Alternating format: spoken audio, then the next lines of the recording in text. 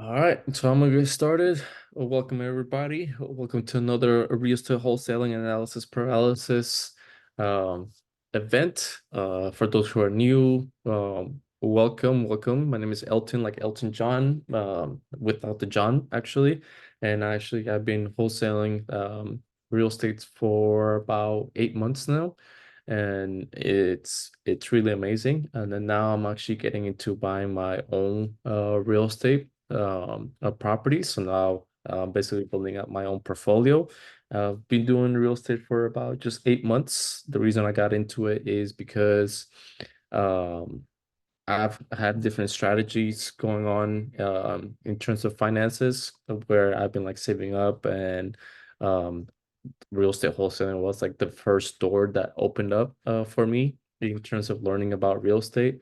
And it's been really amazing working with networking with investors, um, negotiating with buyers, sellers, negotiating with agents as well too, because that's the way I first started. It was starting with real estate wholesaling in out of state, and then uh it was a real estate wholesaling out of state, and then from there I just worked my way into the whole field overall. So along the way I did learn a few things. I did make a few errors, and it's perfectly part of fine because it's part of the process, just like any other process out there whatsoever. But the reason I started this group is to help you understand real estate wholesaling, especially when it comes to doing analysis or understanding how to get some properties underwritten by you, if you have like different programs. Because honestly, once I learn how things are done, when it comes to analysis, it's really crazy, and it gets really frustrating. But once you start you start repeating it, repeating it, it honestly becomes flawlessly easy to understand. It does take a quite amount of time to get a grip on it. But that's the reason some people like myself are out there creating some shortcuts just so it can help you expedite the process as well too. Well, I'm not sure if anybody else is doing it out there, and that's the reason I created the group, is actually because there was no groups out there that were actually free, and where you actually see the host or like the main person that created the content get in there and actually get out there and actually explain to you like all the steps or everything that is takes place when it comes to real estate wholesaling in terms of analysis. But we're gonna dive into it, and I want to dive into it right away, just because it is quite a subject. We are going to leave all questions into afterwards, so whatever questions you do have, I'll recommend for you to write them down in a notepad. But another thing that we're going to do is I am going to be sharing my screen for quite a few things. One of them is going to be regarding something that I built and designed to help you guys break down or get the full breakdown in terms of how to do some deals. And the way it's going to go is actually going to be like this. So I do have a whiteboard or blackboard so I can explain everything, but I did design a calculator, and this is available. It's complete for free.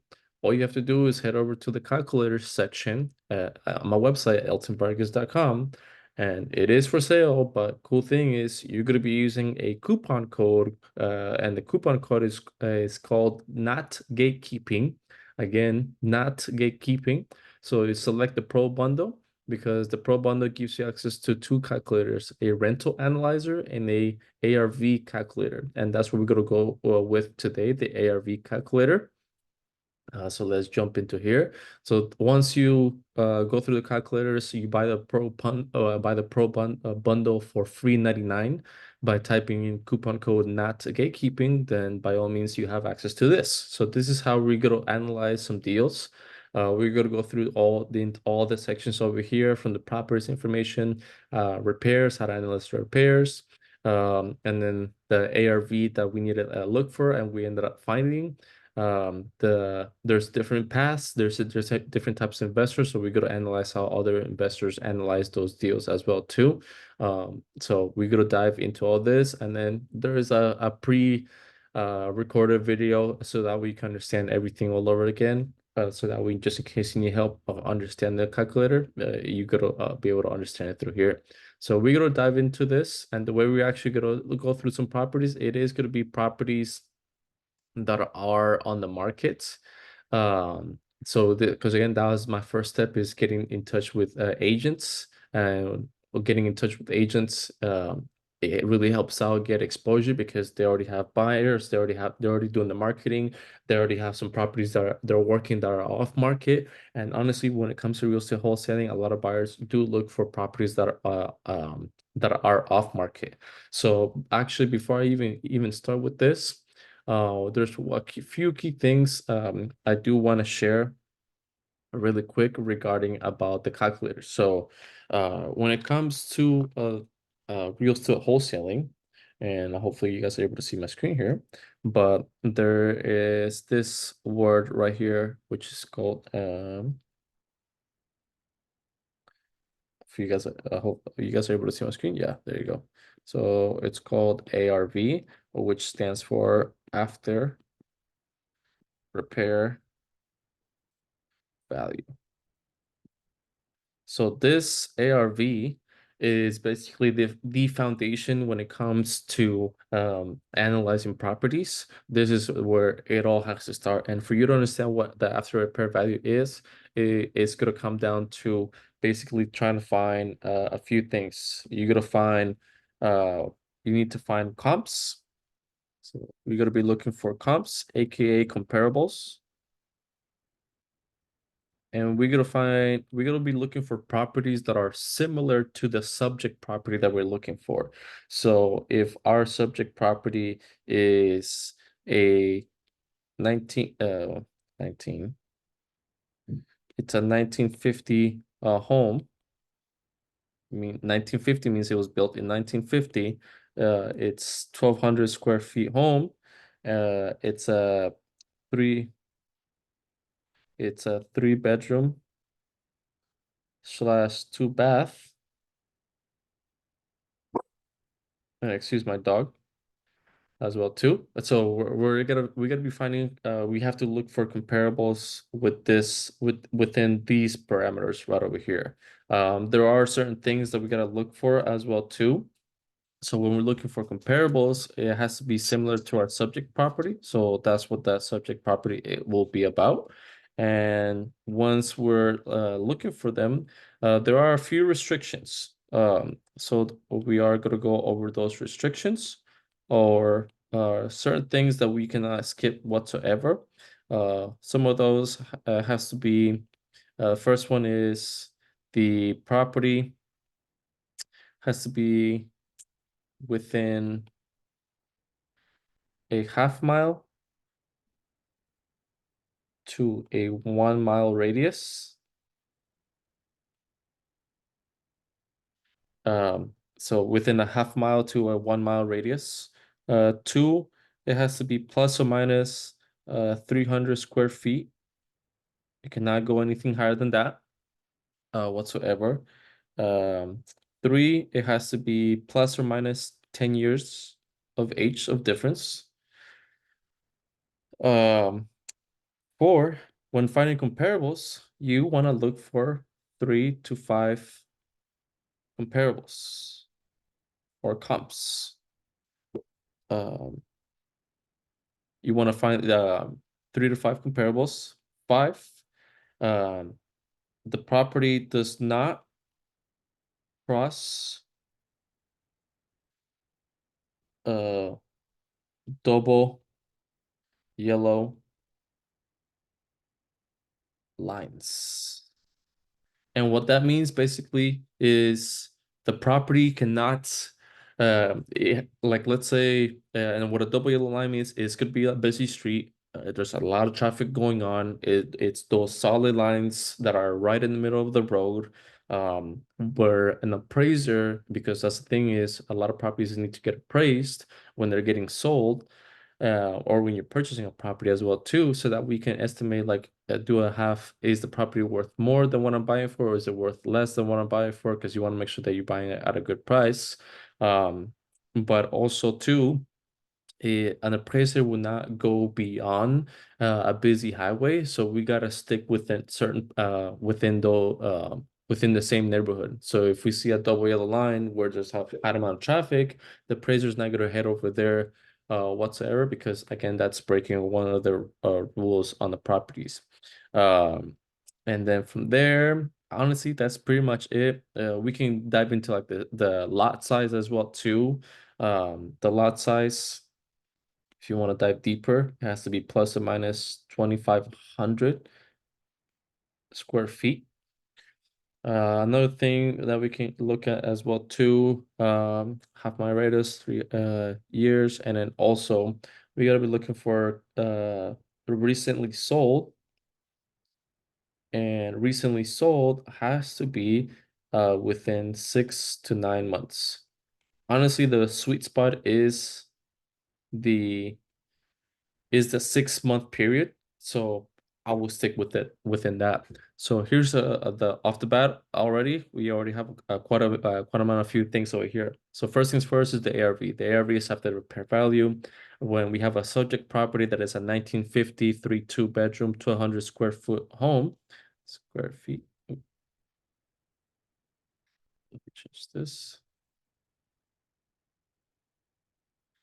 1,200 square foot home, then we got to stick within these specific restrictions, which one is half mile to 1 mile radius, plus or minus 300 square feet on the living space, plus or minus on the on years, 10 years of a difference. We got to find 3 to 5 comparables within those radius and those parameters. It does not cross a double yellow line.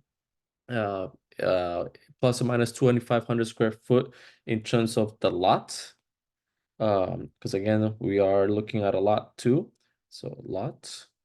And then the last thing is finding recently sold properties that are within that are sold within the last 6 to 9 months.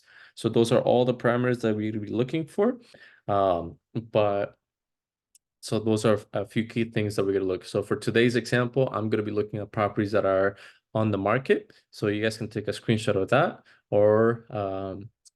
uh, or if you're not writing it down, go ahead and write it down. But we're gonna spin the wheel over here, so that way I can randomize where I'm looking for. I don't want to look for anything specifically, and just get started over here, which we're gonna start in Richmond, Virginia. So Richmond, Virginia, I'm gonna head over to Redfin. I like Redfin, sometimes better than Zillow, just because it provides better recently sold. But we'll see what Richmond, Virginia has for us. Richmond, Virginia. All right. And then I don't know what the state of Virginia does have to offer. Um, but we are going to be looking for a few things over here. First thing first, I want to see the county that Richmond, Virginia is in. So I'm gonna go through here really quick. Uh, Richmond City. Why isn't that giving me the county? Let me go through here. So this is in Richmond, Virginia. Um, I don't know why it's not giving me the county. Why is it not giving me the county?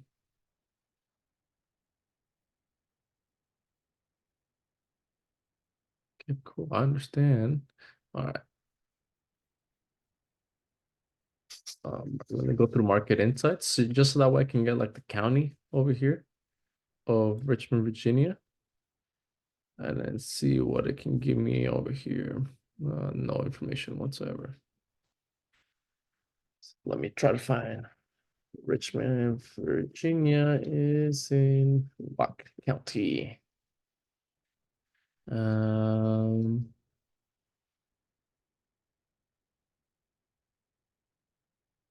Richmond County. Okay. Would have never guessed that. Richmond County.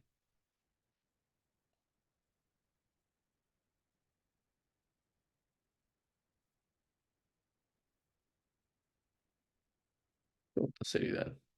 I don't know. It's not giving me anything whatsoever for whatever reason. But we're gonna go through here. So I am looking for a few properties that have been sitting. So I'm let's say I'm looking for like a property for a buyer, and that buyer is looking for a single family home. They are looking for at least 1,000 square foot home, and then they're looking for nothing built older than 2005. And then from here, we're going to be looking for properties that I have already been on Zillow for, I mean, on Redfin for quite a little bit. So we have about 59 homes. Not bad whatsoever. So let's go with the youngest one. Off the bat, I see the homes are like in the 400,000 range. And I'm going to be looking for like properties that are basically a little bit like this, a little bit outdated, not too bad, maybe a little update, cosmetic updates, paint the walls. Um, so a little, maybe a little project onto it. This is fully updated, so that's not gonna work. Here we go. There's a good one right over here. It's 499,000 asking price. Just because that's what they're asking doesn't mean that's what they're gonna get. You can do like a little bit on the lighting, or maybe like on the floor, move that wall. Some of the other rooms are look like have been done work. It's a two car garage as well too. It's attached. So this is what we're gonna be looking for. So this is our first subject property. So off the bat, we're gonna type in over here the asking price and the square footage. So they are asking basically $500,000. And then the square footage was 2456. Looks like 2496. All right. And then so off the bat, here's the thing. We're trying to wholesale. So we are going to go through a few things on the property information. Our rule is we're trying to wholesale. And as you guys can see right over here, it gives you a possible buy price. So if the property is selling for $500,000, then it gives us a possible buy price. If we're trying to fix and flip, it gives us a different possible buy price. If we're trying to buy and hold the property, it gives us a whole different buy price. So off the bat over here, we are going to try to wholesale. There is a basement on this apartment, or in this apartment, in this home. What's the square footage of the basement? Sometimes they say it over here. If it's a full basement. Exterior driver, zoning. I think it's just the garage that is like downstairs. So I don't think there's a basement. Family room, foyer, full bath, primary bedroom, additional room, uh, recreation, has a basement. It's a full basement finished. Sump pump. Okay, so it does have a basement. It just doesn't tell me um how big that basement is. So what I'm gonna do is I'm gonna try to get that information, and I'm gonna use a free resource called PropWire, just so I can get more details about like the property. Uh, let's see if it gives me a basement. It doesn't give me the basement information over here either. And it looks like there's a good amount of equity, $400,000. It looks like it's still financed. Uh, some financing still going on in there. Single family lot size 1,700.41. Cool. So that's not giving me anything whatsoever. So I'm gonna use PropStream, which is a great popular source on finding some information about some properties. And let me type it in over here, pop it up. So PropStream does give you a little bit more information when it comes to it. So basement area is 1,500 square foot, and it's a full basement. Um, so that's another thing too that we do have to consider. But it's already finished. So that's a good thing about it. It's already a finished basement, because that's what it said over here, full finished. basement. So we don't really have to worry too much about it, but that is a huge basement. 15, 17. Looked like it was 15, 17. Yep. So we're not gonna do a lot of work in the basement, unless we checked on the pictures. That's what I think too. Um, but it actually does look like we got to do some work on the basement. Now that I see it, we got to take that carpet off, get rid of the wall, update like the ceiling. So yeah, this is looks like it's the living room under the bedrooms, paints, flooring. We got to match it up. Bathrooms, lighting, kitchen. I like the cabinets. So I definitely want to keep the cabinets. I don't know, this is like a green color. Update like the appliances, which is just a dishwasher and the stove, because if they're living in the fridge, update that. You see this section is fully updated as well too, so that's really good. I like that floor, that tile flooring, black. So that's the thing is you got to think about a color scheme for this. So now that I know it, we do need to put like a little bit of work onto the property. So now the thing is, we got the property information. Step one, you put in what the asking price, the living square footage, the basement square footage. When it comes to closing costs, you are gonna have your end buyer pay the closing costs. Regularly, if you were to buy like you the property yourself, you'll only be paying about 5% in closing costs. But if you're purchasing the property, or if an investor, if you're wholesaling a property and an investor is buying it, it's usually so that we make it an incentive. You bring that incentive of paying the closing costs for the seller, which is an additional 5%. So all in total should be 10% for it. Again, we do have this possible buy price, but it's not over yet because we do have to go through repairs. So now through the repairs, how do you estimate repairs? So cool thing, let's go back to the blackboard. And the blackboard is going to tell us what repairs are actually going for. And we got to get through here. And let's head over. Let's draw a line on this side. And we're going to make this the repairs. So the repair section is going to go like this. So first thing first is light repairs. Light repairs are going to be plain and simple. They are going to be carpet. There's like a carpet on it, and paint. Usually for those light repairs, they are going to be between $10 to $20 per square foot. Next, we have average repairs. Average repairs are going to be between $25 to $40 per square foot. And those average repairs are going to be carpet, or actually, I'm not going to say carpet, I'm going to say flooring.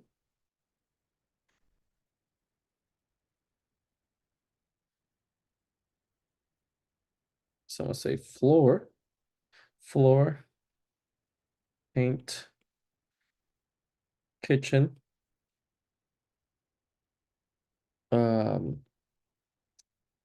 bathrooms.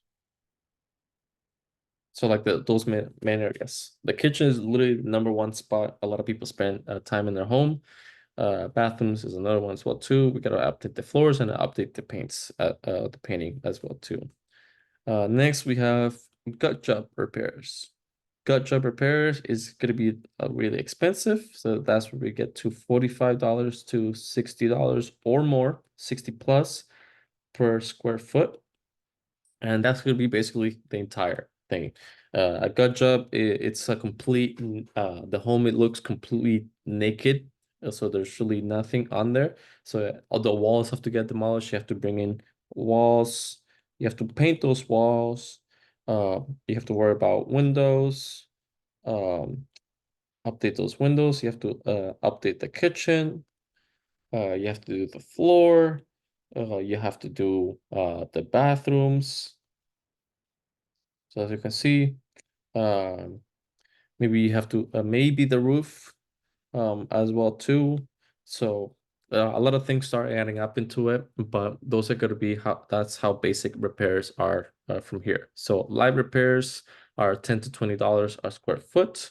Um, $25 to $40 are going to be those average repairs, and a full gut job repair home is going to be $45 to $60. Now, if you're looking at this property as our subject property, again, that's what I was talking to myself earlier, is the property. So far from outside looks good. Maybe I can do some like painting in the outside. The roof looks really good. Maybe just clean the windows up, check on the chimney as well too. Maybe there's something. I like the walls. The walls are really good. I like all these. I like this style. I don't even know what they're called on top of my head right now, but I like those little extra touches on the walls. The wall does need some painting, and it has to be even color scheme throughout the entire home. Because over here you have like a white, and then you have like a light blue over here, um, or like a light gray as well too. So that's something that we gotta match it up. Yeah, it just sometimes it with the lighting it really depends, and because you have these skylights over here, it does bring a lot of light. So this thing it has to match up. The color in this makes the room a little bit darker, so we have to make it um a little bit more brighter, so it brings some a brighter color in there as well too. The floor looks amazing. As soon as you step in, there you go. We have purple going on in the I don't know if that's like the dining area. And then the kitchen, same thing. The kitchen, we have to do the some of the kitchen color scheme as well too, walls, lighting, and floors, and maybe update like the kitchen countertop as well too, and update the appliances. Maybe change the sliding door as well too. Um, so that's gonna be a little bit from there. This could be take off the carpet, put in floor because we're gonna put floor the whole thing. Maybe definitely update like the bathroom like a little bit, nothing too crazy. Again, wall and flooring over here in that bedroom. Update that bathroom. Same thing over here. Remove all that stuff and then put one color in. Definitely update this. This looks like it's still part of the home. This is part like in the basement area where you have that chimney going on. So definitely update that entire section right over here. And then of course we have the two garages. Maybe you can even update the garages as well too if you wanted to, just to give it that. Check on the wood over here. Maybe do some work on the outside as well too if you wanted to, or just leave it as is, or just retouch up from there on the on that patio. So overall great, and it's a great home. It's a stable home just because of the bricks. So, but another thing we also got to check is in the foundation. So far these are going to be kind of in the low range of average repairs, just because it's a good amount of things that we're looking for. So I'm gonna estimate around 25 to like $30 on those repairs. So then I'm gonna go over here, so like around $30, and then if we are gonna need some work on the basement, and usually on the basement it's gonna be half. So half of the regular living space. So if the living space is, oh, let me put that over here. Um, basement, the basement is going to be half uh price um of all the square footage. So we're looking, if we're looking right now at $30 a square foot, um for the living space is basically gonna be $15 over here. So we're gonna spend $74,000 in the living space, and then on the basement we're gonna spend around 20,000 yeah, $22,000 on those. So total repairs is gonna give us $97,000. Now the thing is, now we get to look for ARV. So this is a great thing because we don't actually have to pay attention what it is that we got to look for. We got to find some ranges. So what I've done is we do have to worry about profit. So every time you gotta consider from your buyer, whoever's going to be buying your property from your wholesale deal, how much they want to get. 15, 20%. 20% is like the most common one on a deal. If it's could be like a rental property, it's just gonna be like 10% in the rental side. So then this right now we're looking for kind of like a little fixer update, a little update on the property. And then now we have two ARVs. So, and then this is where it gets a little bit tricky. Not too tricky, but it helps you understand like what's going on with this property. This property, if we look back to it, it has been sitting for about 49 days. So one of the things I always like to ask an agent, because this one's agent listed, is call the agent, be like, looks like this is Brad, to be like, hey Brad, I'm looking at your property over here at 7501. I just want to reach out to you to see what's going on. This could be a possible investment. We are looking at other properties, but this one does appeal to us. And I just really just want to know like what's going on with this property. What's the reason that it's for sale? And then they're telling you, oh, the seller, they already moved out, they're age, they want to downsize, whatever it is, they're gonna start telling you, they're gonna start telling about the property. They're already getting some offers in, whatnot. All right, cool. Well, and you want to ask him like a lot of questions. Some of those questions are going to be, it's available on my website actually.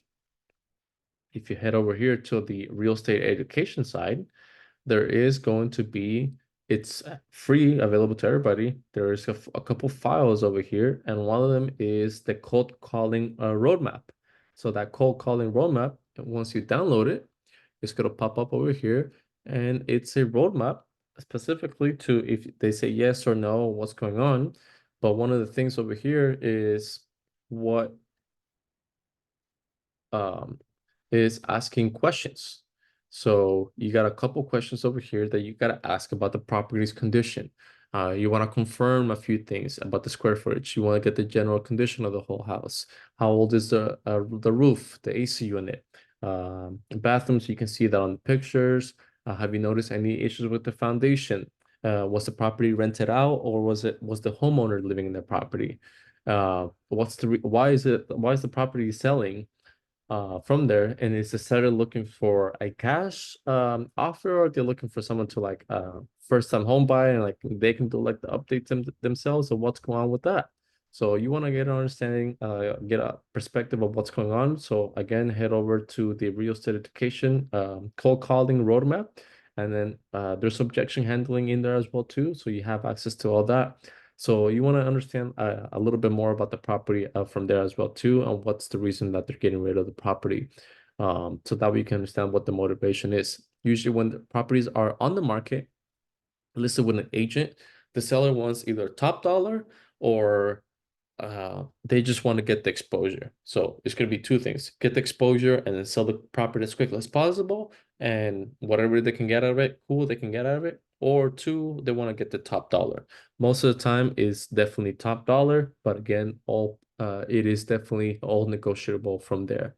But because it's negotiable, we have to bring our offer at a price that really makes sense for us.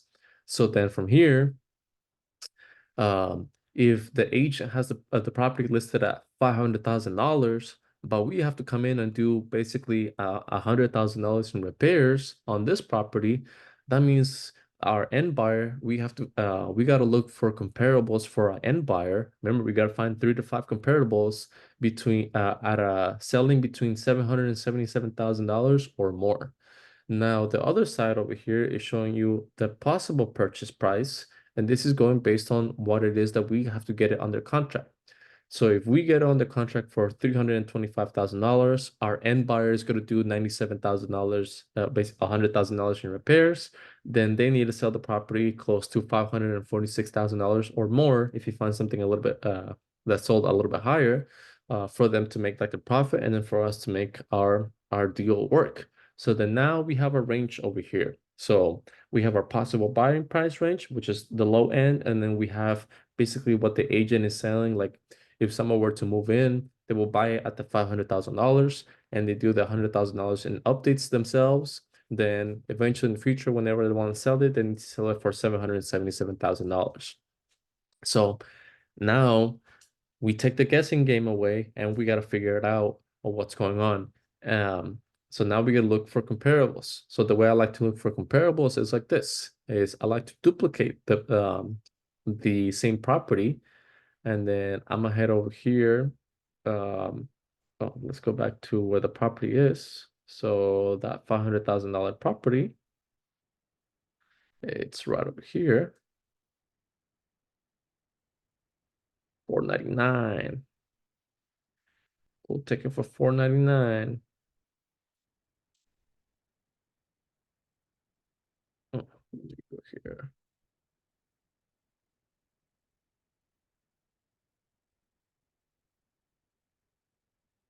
Okay. Where did our subject property go?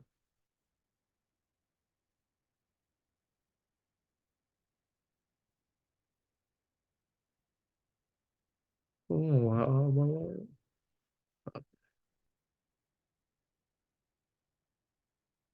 Oh, and looks like this property is over here by James Park. So there's a park nearby.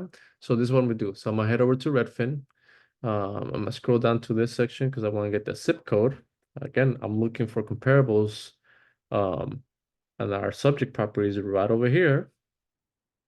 So I want to look for basically this entire section. I want to look for anything that's sold in the last 6 to 9 months um, in this neighborhood. What's going on? What's going on? Why is it being so slow?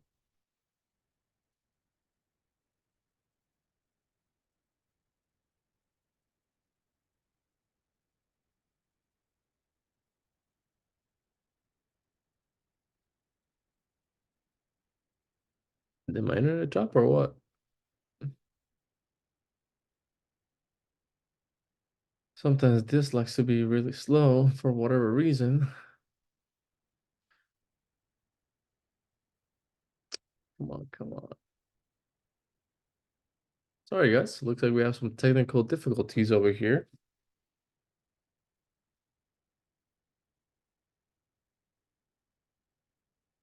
Okay, cool. There we go. Now we gotta look for recently sold. We gotta look for comparables in the last 6 months. So now we gotta look for comparables again for our subject property, which our subject property is a 3 2 bedroom, 2,400 square foot home. So remember, we gotta look uh at those parameters, at those restrictions. So we gotta be looking for those restrictions that are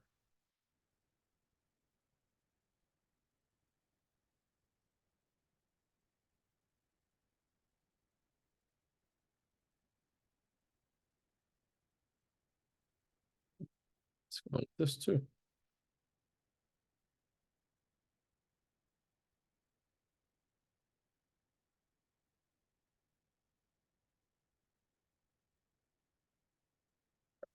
There we go. All right, so we're gonna be looking at these restrictions. So within a half mile to 1 mile radius, plus or minus 300 square foot of the living space. So, and sold within the last 6 months. So we're gonna look for a home. Again, the square foot is 2496, so 2,500. So 2,200 square foot home. So I'm gonna go with 2,000 just because there's no 2,200 is 2,250. We can do that 250 actually. And then we're gonna go up to 2,750. And then bam. Okay, so we have, and then we're gonna go to most recently sold. So this, we have this one that recently sold. As you can see, it looks like it got a good amount of work done. It's a 1974. Our subject property is a 1967, so plus or minus 10 years of a difference. It looks like it got a good amount of work done. Not a lot. It looks like in the basement. Kitchen looks really good. A lot of wood. So this was done. And another thing I like to do is check the history. Was this bought and sold recently? So it was flipped, or what was it? So it looks like it sold in 2004. Then looks like somebody was just trying to get rid of it for whatever reason. They were trying to get rid of it. So it wasn't like a fix and flip. It was just a home that sold for $600,000 recently. Then you have this one that sold in October. Uh, hey, this one that just sold in October, for $610,000, 2449. And then this one looks like same thing. Looks at a lot of these homes have like that old brown wood coloring. I don't know if that's something like how Virginia does it. Um, but this is very open space. Looks like it's still very a little bit outdated. Yeah, it's outdated at all. So this wasn't like another fix and flip home whatsoever. Um, but it did sell for $610,000. So it's $100,000 less than our $110,000 less than our property. but that's the thing we gotta pay attention to as well. We want to make sure that we're looking at a good range of properties that are selling at their current condition, and then properties that are fully updated um, inside. So a lot of these homes are getting taken care of in the inside, and again, some of them might be outdated as well too. So this one, same thing, little updates here and there, nothing too crazy, but a great home overall. Basement probably would have done a different color. Um, so yeah, so this doesn't look like it was somebody that came in and it was trying to fix and flip it, which was like selling it at the current condition. So based on these three properties so far, that's what's going on. Again, our subject property is right over here in Rock Falls Drive. So it's right over here on this street. So we still got a few more properties over here. Let's check out this 2,200 square foot home. So this one, same thing. Looks like it's really well maintained inside. Kitchen, a little bit outdated, nothing too crazy. Bathrooms as well too, but not too bad. Well maintained home. Look at the sale history as well too. Cool. So this is what I'm looking for. So far I found properties that are selling, that are basically selling close to, are they selling close to that $700,000 price point that our agent is listing the property for? So again, we gotta find seven properties that are selling for $777,000 or more if we were to buy it at the current price, at the $500,000 asking price. So far, we're not finding anything close to that $700,000 price point. It's only one so far, and it's sold for $700,000. So basically, what I'm gonna do is I'm gonna collect these 5 properties over here because again, I gotta find 3 to 5 comparables. And what I'm gonna do is with these 3 to 5, I'm basically gonna average it out. So I'm gonna average what the square footage is. So this, it says it over here, 260. So I'm gonna grab my calculator. I'm gonna use the blackboard. So next thing we're gonna do is, let me divide this section. So now we're gonna head over to comps. And then what we're gonna do with these comps is this. So with these cups, we are going to average out the square footage. So we have this one that sold, it was 260. So I'm writing it down over here. I'll come back to it. Next one, this 610 sold for 249. All right. Next one sold for around 221. Next one sold for 272.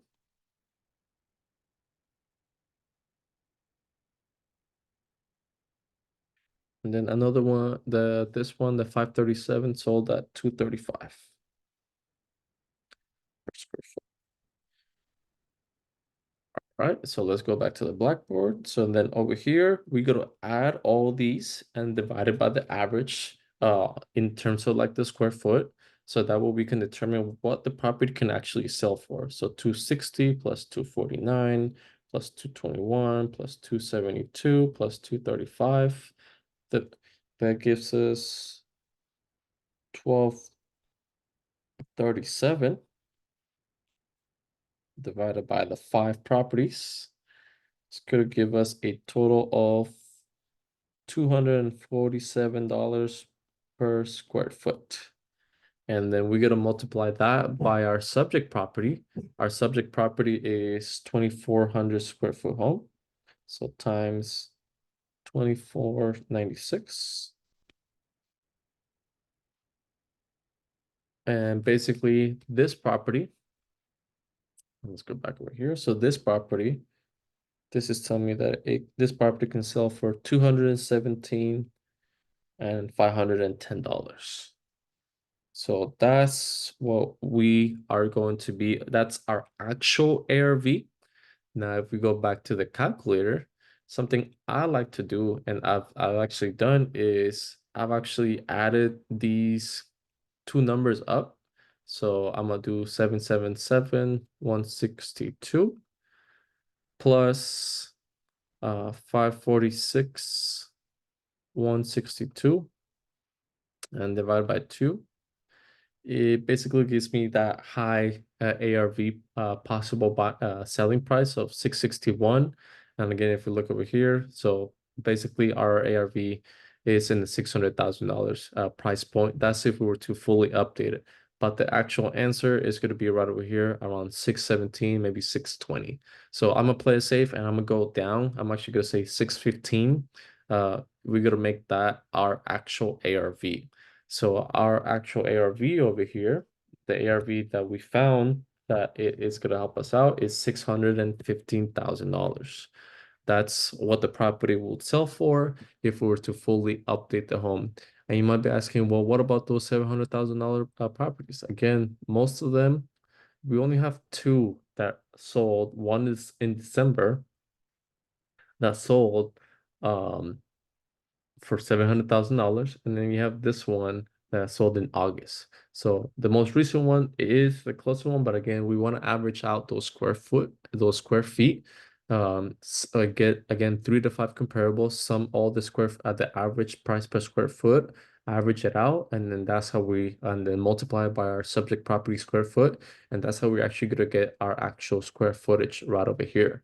So again, we have a specific range over here that's giving us some information from the agent and then what our possible buying price will be. But now that we got an actual ARV price or ARV found, then this is where things are going to get interesting, because now we got to look at the perspective of the buyer, our end buyer, who wants to buy this property. If they were to come in, this is the offers that they will want to come in. So let's say we are looking for a fix and flip buyer or a buy and hold buyer, then there's going to be a conservative investor and there's going to be an aggressive investor. It really depends on how they do, but right off the bat, based on the repairs, the $97,000 on repairs that it needs to be done, and how much the property can sell for, then this is how much that our end buyers will want to buy the property for, get it under contract themselves. So if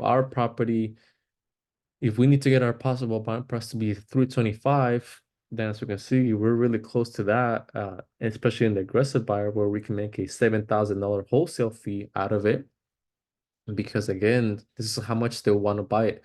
Again, they'll be paying like their closing costs, they'll get like their profit. This gives us the perspective of how much the profit will be. But additionally, too, this is what their price points will be. Again, but when it comes to buyers, it really comes down. You're gonna have different buyers doing their things very, very differently.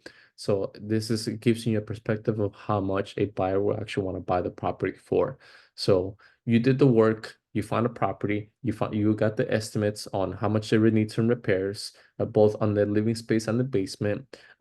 You're making sure that they're getting their profit. We averaged it out on the 5 comparables that we found, and we found that the average comparable could sell for it's selling for around $247 per square foot. Multiplied by our subject property square footage, we can sell the property for 15 $615,000. So we put that conservatively there. But again, conservatively, we can possibly find a buyer that we can sell the property to for 362, or we got to come across a buyer that's going to be very aggressive and they want to lowball us as well too, and then they want to purchase it for $332,000. So it really comes down to that. But basically, that gives you the perspective of where a buyer is going to be purchasing the property at. Again, it all comes down if you already have a buyers list and they already know how much they want. Sometimes buyers, they don't go based on a percentage from profit. Sometimes they go on margin, or sometimes they go based on profit, on actual profit numbers. Like they want to stick between 60 to like $100,000, or they want to make between 100 to like $150,000 on the deal. It really all depends on the buyers, but this gives you a perspective when you're reaching out to the agent. Well, look, and just because uh this is our starting offer, doesn't mean that we have to go through there. So now the next step is negotiating. We find out that our end buyers, so let's go through the next step. The next step is going to be negotiations. And this is where a lot of things are going to get heated, things are going to get ugly, but again, it is part of the process, negotiations. So when it comes to negotiating, we know where our end buyers needs to be. So buyers range is basically going to be $332,800 all the way to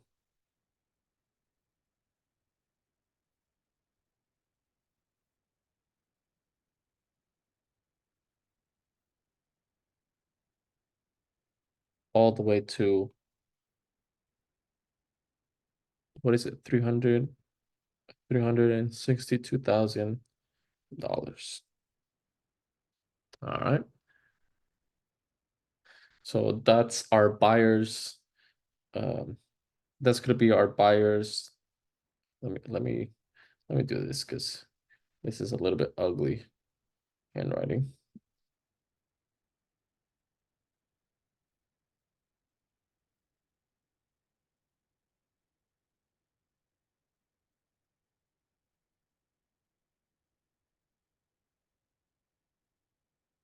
All right, cool.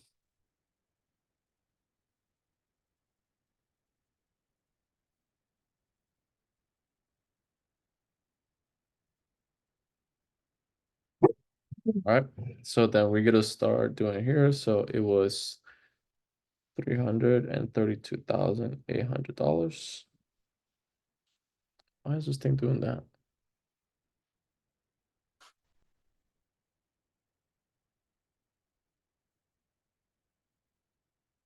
$332,800 all the way up to 362, 362,000. That's our buyer's range. All right, cool. So part of the negotiations, again, our purchase price is $325,000. So now we're gonna get to purchase price. Purchase price slash contract price. This is what we gotta get it under contract for. So when it comes to it, that contract price is not gonna be our first offer. You want to get 3 or 4 offers submitted before you come to the that last price. So there's going to be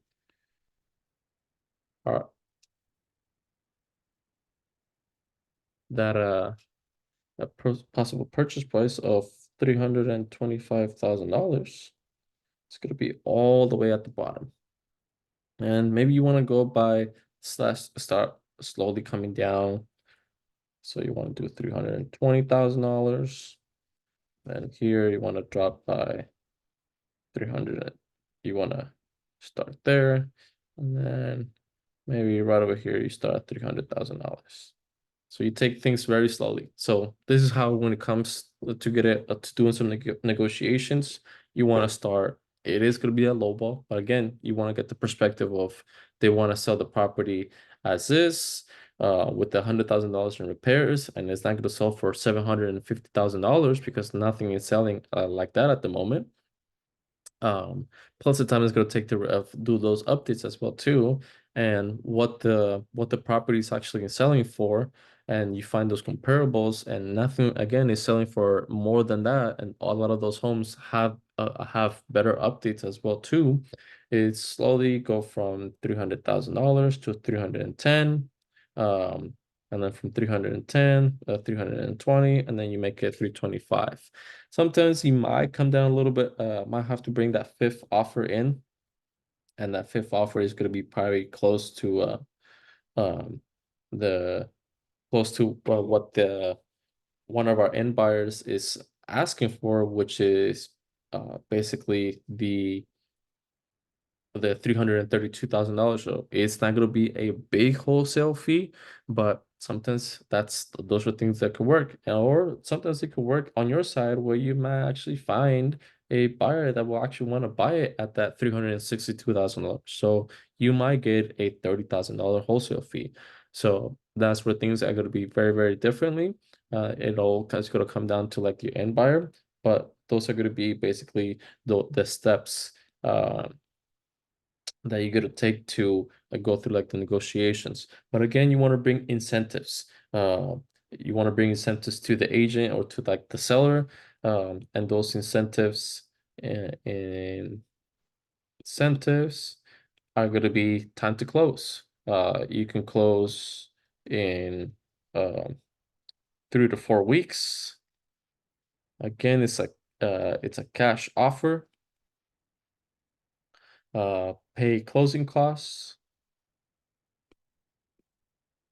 for both the seller and yours as well too. So pay all the closing costs as well too. Um, and then additionally too, it's very, very important is you want to make sure that you get an inspection period. You want to get a 10 to 15 business day inspection. And the reason you want to do the inspection is because, again, you can never really know what's actually happening with the property unless you have somebody go check it out. But this gives you that time to find like your end buyer that will determine if they'll buy it at the again at the $332,000 one or at the $362,000 mark. How much they would actually want to buy it themselves as well too, and that are willing to take on the $100,000. Or sometimes they really want to spend $100,000. They want to be very cheap and take things very inexpensive, so they want to bring just things very lightly in there as well too. And then sometimes, again, maybe the fix and flip buyer is not the right person. Maybe finding a buyer that will want to buy and hold this property, that's going to give you even more room to negotiate from there. So now we're looking at a purchase price of 413,000 or $394,000 price range. So now you can bring a more reasonable route, just because again you have a buyer that is willing to invest into it, that are willing to buy and rent it out or hold or whatever it is that they want to do with it. But this gives you that extra room to buy in like the property. Again, bringing like a higher offer that makes sense. Because sometimes bringing these low offers of 300,000 when the property is selling for $500,000, that's a $200,000 difference. But again, that's where you have to, especially when you're talking with an agent. Talking with the agent is, hey, what comparables are you finding? Because so far, if we were to sell this property and invest $100,000 into it, maybe 80 to like $100,000 invest into it for repairs and updates, we can only sell this for like $615,000. And a lot of the comparables, that's how much they're selling. They're selling for like 610, 606. Um, one of them did sell for 537. You have one of them that did sell recently for like $700,000 in the property, but it does have like a little bit a bigger square footage in terms of like lot size as well too. So I mean those are things that you got to bring it up. So sometimes they have different comparables, and then sometimes checking out on Redfin comparable to Zillow, you're gonna have different comparables as well too. So now if you look at the comparables over here from Redfin to Zillow, let's see what it is that we can find over here. Um, you're definitely most likely are going to find different prices over here, but let's check it out and let's see what we can find. Select all, and we're gonna look for sold, and then we're gonna look for sold in the last 6 months. Again, square footage, it's gonna be 2250 all the way up to 2750, I mean. And same thing, we found some of the similar ones. So we have the same similar ones. There's another one over here that sold for 490 within the same neighborhood, 435 up the street. You have this one that was 750. close to what the agent could have sold it for, 3.3. This sold in September, so not too bad. So that's within 3 months. That's really good. So we find one comparable that's closest to what the agent thinks it can really sell for, based if it were to buy at the asking price, which is 777. So the closest we are is 750. So again, if we bring that comp into the picture to our end buyer, then that's gonna be probably a big incentive where they will actually want to purchase it. They want to bring it a little bit higher. So what is this? What's the price per square foot on this? 245. So we were to change one of our numbers over here to 245 instead of 221 or 235, then that can bring a little bit more money into it. So it all really depends on how it goes from there.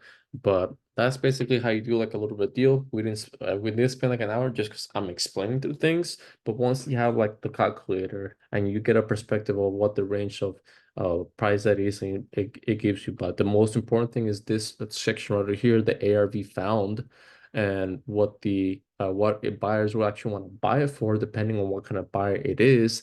Then that gives you a whole different perspective on how much you should get that property under contract for, because this is basically how the buyers will want to buy the property for, based on what the comps are selling for and what's actually happening in the neighborhood as well too.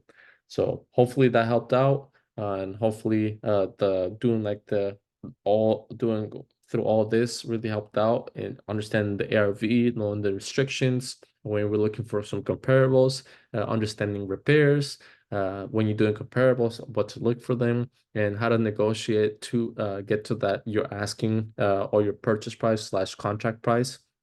So that way we can sell it to our end buyers at a good amount, so that way we can make our wholesale fee.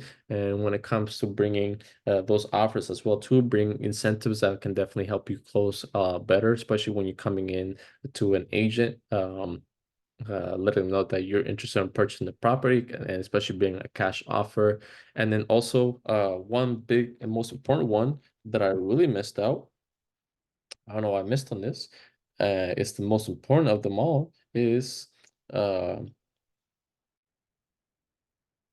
uh, double the commission for the agent. Where you're telling them that you're coming in on represented. So you have nobody representing you. So you bring that incentive to the agent. Hey, I don't have anybody representing me. I'm not an agent myself, but are you able to bring my cash offer to close in the next 3 to 4 weeks to your seller? And they can work different ways. They can do a transactional broker where the broker gets actually involved and then they handle the commissions to the agent. Or the agent is allowed and is doable to do a double representation. So they can represent both the seller and yourself as the buyer. Um, and then from there, that's pretty much it. So hopefully this helped out. Hey, any questions, comments, or concerns you guys do have, definitely let me know. And again, that's why I'm doing these, so we can find deals. We can possibly find some deals as well too. And sometimes, and you guys can take over those deals and see what it is that you can get out of it. Because I've come across some deals when we're doing these live events that are really good, and then somebody should take advantage of it, because I'm not, no, I'm not trying to give, I'm here to like teach over how to get the skills done and get negotiations done and get deals done whatsoever from my experiences. But if you guys have any questions, comments, concerns, reach out to me, or again, head over to the website eltonvargas.com. Use the coupon code not gatekeeping so that we can get the pro bundle code so that you have access to the calculators. I remember the real estate education thing program, or it's available, or the tab is available for everyone, and you can download some of those files, the cold calling script, um, and just go from there. So I wish you guys the best of luck if you're getting started with your real estate wholesaling. And any real estate questions, comments, concerns, book a session with me one-on-one again on my website. I'm available there. Good night.